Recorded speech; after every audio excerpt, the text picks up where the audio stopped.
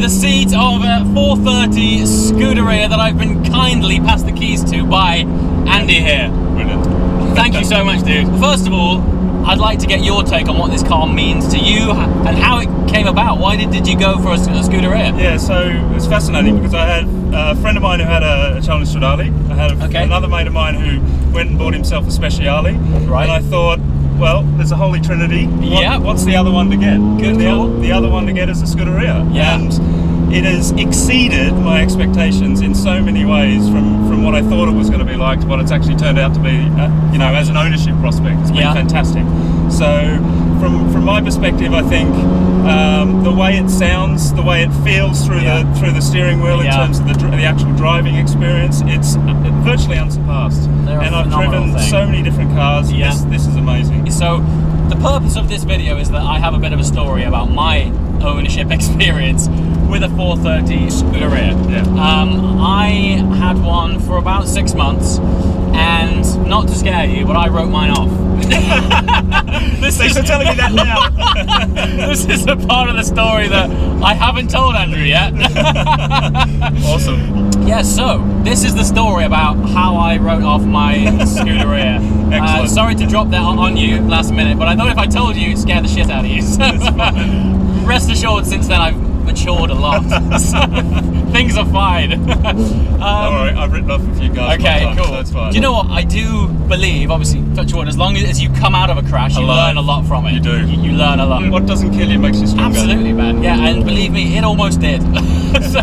so I class the Scuderia as my first proper supercar. Yeah. Before that, I had Audi R8, and I had a Porsche Cayman S as well. Yeah. Both great cars, but it's not until you get into the realms of a prancing horse or something like that that you really appreciate what a thoroughbred supercar is. Okay. And the Scud became my first supercar and also first Ferrari as well. It's the same for me. Yeah. So, first proper supercar. Yes. And I went back home to where I grew up for two reasons. I was going back to visit an old friend, show him the car, take him out in it, and also where I grew up, the roads there were fantastic. So I thought this is going to be a great opportunity. Go and see an old friend, go around some great roads. Brilliant. And we did, and we went around, had a great day. I'm driving back home, and we went the back roads to find some which great you knew, roads. obviously. Which I knew. Yeah. Off by heart, right? Like the back of my hand. Yeah. At least I thought I did. We were, honestly, when I say this, we were 2 miles from home. Yeah. And I was driving down this road that I was convinced there was at least another 500 yards worth of tarmac. Right. And there wasn't. Right. There was not. And I was convinced in my head that around here, it come around to the corner, then a straight, then a T-junction. Yeah. What actually happened was I came around the corner and it was just T-junction. Bloody hell. Fortunately, it was late at night, there was no traffic, and I went straight on at this T-junction. Hit the curb so hard that the wheels shattered the discs. Yeah. Fortunately, that impact took most of the energy. Yeah. The car took off. I landed in a sort of half bush, half tree, like this. Full airbags went off, everything. Obviously, if I was going slower, I'd have stopped. Yeah. The experience was just, it recalibrated how I drive now, because it doesn't matter how good I think I know a road, and especially if I definitely don't know it. Yeah, you slow down. Yeah. Not only do I slow down, but I just read the road differently now. And it was amazing. A bad night, man. That was a really bad night. That's an amazing one. Firstly, you're lucky you're alive, which is absolutely. That's brilliant. That's right. Yeah. Second thing is, it is when you, and I've had a few accidents myself, unfortunately. When you have that accident and you experience it, that experience it just changes the way in which you drive. It totally changes you. You have to, in a funny way, you almost have to have that type of experience in some environment. It would be best to have it in a very safe environment. Absolutely, yeah. And that's why advocating, because I've got 3 boys who are just about to get to drive soon. Yep. get them out into a safe environment like a racetrack with a car, and they can figure out what happens. Let them spin out. Absolutely. Because because it changes your view if you haven't had an experience of a car breaking loose on you, losing control of a car, because I think people's perceptions are, I'm in this secure metal box, but they guess bend what? It's like a Ferrari. cardboard. Yeah, exactly. Yeah, it's a Ferrari. You can handle better. That's it can go faster. You can stop faster. Exactly. So I'm fine. That's right. Yeah. Although until you're not. I will say one thing. Before I hit the curb, I did shed off a huge amount of speed. Yeah, you would have. So on the one hand, I was driving faster because of the car I was in, but it did. Yeah, you would I tell you what, it shaved off some pace. But God, I bet I hit that curb at 50. Yeah.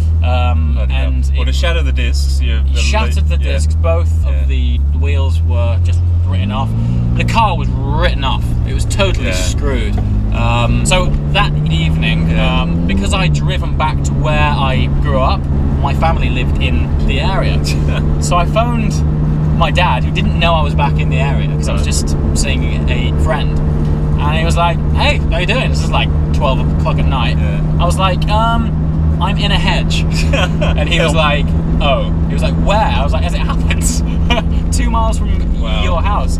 So he came out, and what was interesting, I was much more concerned about what he thought of reaction. me. Way more. I didn't care about the car as much as I did about him. What's Dad going to think about? Exactly. Yeah. He was like, you know, okay, well done. You've afforded your first nice car. Now you've written it off. Now you've gone and binned it. You know, and my friend was in the car too, so I kind of put his life at risk. And for 3 months, man, I just felt terrible. Like I played it over and over, so much so that I went back the following week and I replayed it. I went down there like really steady, and I just went back and I was like, you know, how did that go wrong? We were probably talking and not really thinking straight. You know what? Most people won't do that, and that's actually a really good thing to do, because then you realise actually what mistake you've made. Yeah, that's right. Yeah. So, I mean, ultimately, and this is obvious, just going too fast. That was it. But I wasn't looking back. I just wasn't concentrating. We were talking about the car, talking about old times, you know, and I was going. And as you well know, in a car like this, it's effortless. You know, you can thread this down a country lane at 80 and just not think about it. So I went back there, and I actually parked up and I walked the road. How did I do that? You know, so bad. Fortunately, crazy. Both myself and my friend were totally fine. He actually did break his knuckle because his instinct was to stick out his hands. Right, and then the airbag. Exactly. And all the airbags went off. And when airbags go off in a car, it's like someone's had a talcum powder bomb. It just goes white.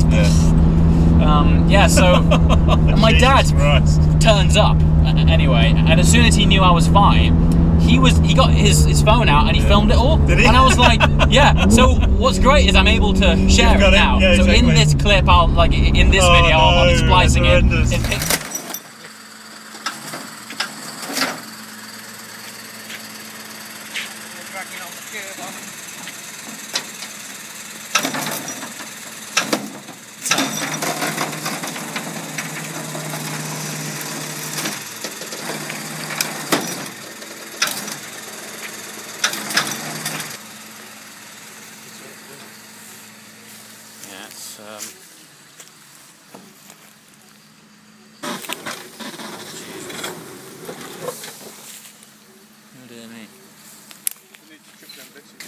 There's fluid leaking all over the place there. It's great fluid. It's good luck.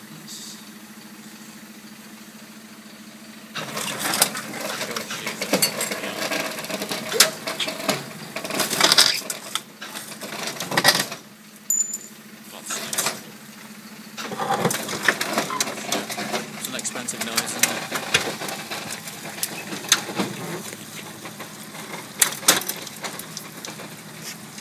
That's horrendous. But what was interesting, he was filming it and he was like, do you know what, the next time you buy a fast car, I'm going to show you this. And he was like, not laughing, but he was like quite smug about it. He was like, I've been there, you know, don't worry, fortunately everything's fine. He says, but just remember, you're not Ayrton Senna. and since then I've just been a more careful driver. And the guilt that I sort of carried with me, because my friend was there as well. He was just there for a nice time, and it ended up in a really bad way. That's a shame. But still your mate? Still mates, great mates, and he's since I've got new cars, he still gets in with me. I got one good mate of mine who's a very nervous driver, Right. And we went on a track day, and he was in his 458. Nice. In Monza, of all places. Oh, fabulous track. It's an amazing track. Fantastic. And he absolutely hates somebody else driving him. Okay. However, he said, because it's you, Andrew, I will stay in the car and I'll try and do as many laps as you go. He did 6 laps and he went, I gotta get out. 6 laps isn't bad actually. He did really well. He did really well. Monza's fast as well. It's a crazy really track. Fast, yeah. Crazy track. Fabulous. I've had a wheel come off on a 599 down one of the straights in Monza. You are kidding me. Yeah. What happened? We had parked it up over the side, and it didn't no, it didn't. Thank goodness, because what had happened? We'd been round, and I'm going to get the ones wrong. So we felt it going down the main straight, went round a corner, and it's like, this is weird, you know. Didn't know what it was. Yeah, just a little shimmy, yeah. Okay. And so it was a little shimmy, and we're going, this is odd. And then we started going round the 2 Lesmos, 1 and 2 Lesmo. Yeah. And it was round the second Lesmo, the back just started stepping out massively, and then the wheel came off. Literally came off. Yeah, and basically it came off. Got it back to the pits, and minus a wheel, and they set about trying to figure out what the hell happened to it.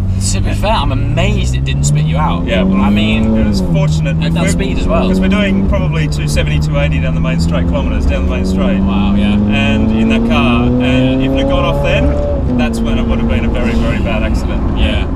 So we were very lucky. Wow. But that was pretty cool, pretty unbelievable experience as well. So, what's your worst stack then? Bloody hell.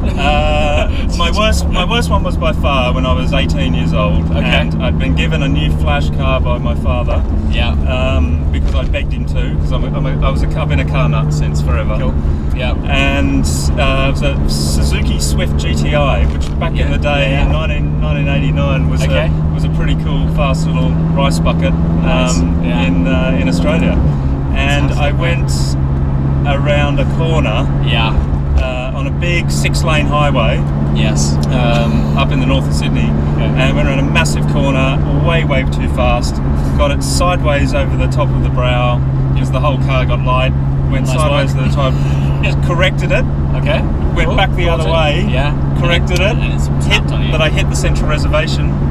Spun it full 360 under the, and all I remember is the sparks flying from the roof as it went over. You were upside down. Upside down. Oh, so you did it properly. I did a full 360 back onto the wheels. I carried on going. Fortunately, I did carry on going. Fortunately, the one thing was it was an orange going to an amber light going to a red light in the intersection, and I went through the intersection on my roof while all the lights around were red. And it was that split second. Wait, this is like, I'm either going to make this or not. Yeah, split second when everything was red and all the cars were stopped, and I literally went through my roof through the red lights and survived. Right. Because I would not have survived if cars had been going the other way. In one of those. Good God. It makes you think when it's your time, it's your time, and obviously... And that was not my time. It wasn't your time. That wasn't my time. I mean, it's funny how we could both sit here now and sort of have a bit of a laugh about it, but at the time, it affected me for months, honestly, it really did. I was not in a good way. Probably, I would say longer than that, actually. Yeah. And the one thing that I did do, and it's exactly what you did, which has resonated with me, was I went back and walked it. I walked it to figure out what actually I had done. Yeah. Of course it was speed, I was going too fast, but it was the fact that I lifted off at a certain point that I should not have done in a front-wheel drive car and got it massively sideways. And what is that? We just got done by a Seat. A yellow Seat. A yellow Seat, even better. Excellent. So, but it teaches you, it's the experience. If you don't die in a car accident like that, it makes you a much better driver. I think that going back to it and walking it and massively re-driving it for me was like, when they say when you fall off a horse, the first thing you should do is get back on it. Going back, like I was actually quite nervous. I was like, shit. And honestly, I went back. It was only a week later, and I went in the hedge and I picked up Scuderia parts. I picked up bits of. So that's why you shouldn't go fast. Wow. Yeah, exactly. So we just had someone overtake a cyclist on our side of the road. Fortunately, we were chatting and doing 30. I honestly think if we were doing a much faster then, that might have been a bit tight. Yeah, it would have been. Yeah. Crazy. So, yeah. Here we are. We sound like granddads. I know we do, man. It's so funny. It's like, oh, that guy's going too fast. Yeah. But what's funny about this video is you had no idea that I was going to tell you. Can I borrow your Scuderia to chat about the fact that I wrote a Scuderia off? Yeah. Excellent. You are driving this very, it's brilliant. The last time I was in one of these, exactly. didn't work out too well. So, it's a good chat though. It's a good chat. No, it's great, Ben. I really appreciate you letting me drive it. It's amazing. Here's the thing. This is what these cars are for. Yeah, it really is. Sharing experience is a great thing. Love cars. I think they're absolutely amazing. I want to show good cars to as many people as possible in my life. Yeah, totally. And so the amount of times you can get out and you can share this experience with people, absolutely, man. It's the way to do it. Yeah, that's actually why I started my channel, was because I wanted to take people along for these rides. As it were. It's very cool. It's great, man. And also, what I've found through cars is I've met fantastic people.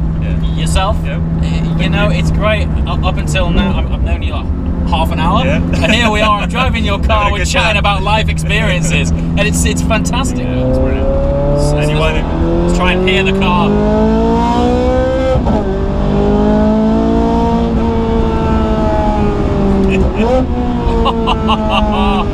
It's still got a bit of that old race car about it, you know? Yeah, it does. Pretty special stuff. Now I don't get to do this normally, so I'm going to video you taking off up here. Yeah, do it, man.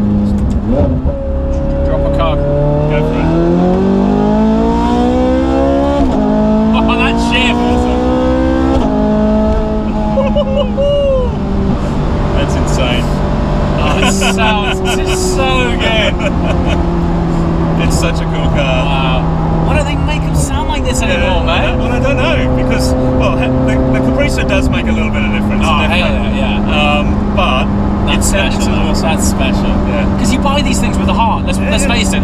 These are not a rational decision, in any means. But that just pulls at the heart. Totally. You can convince you. Good boot space.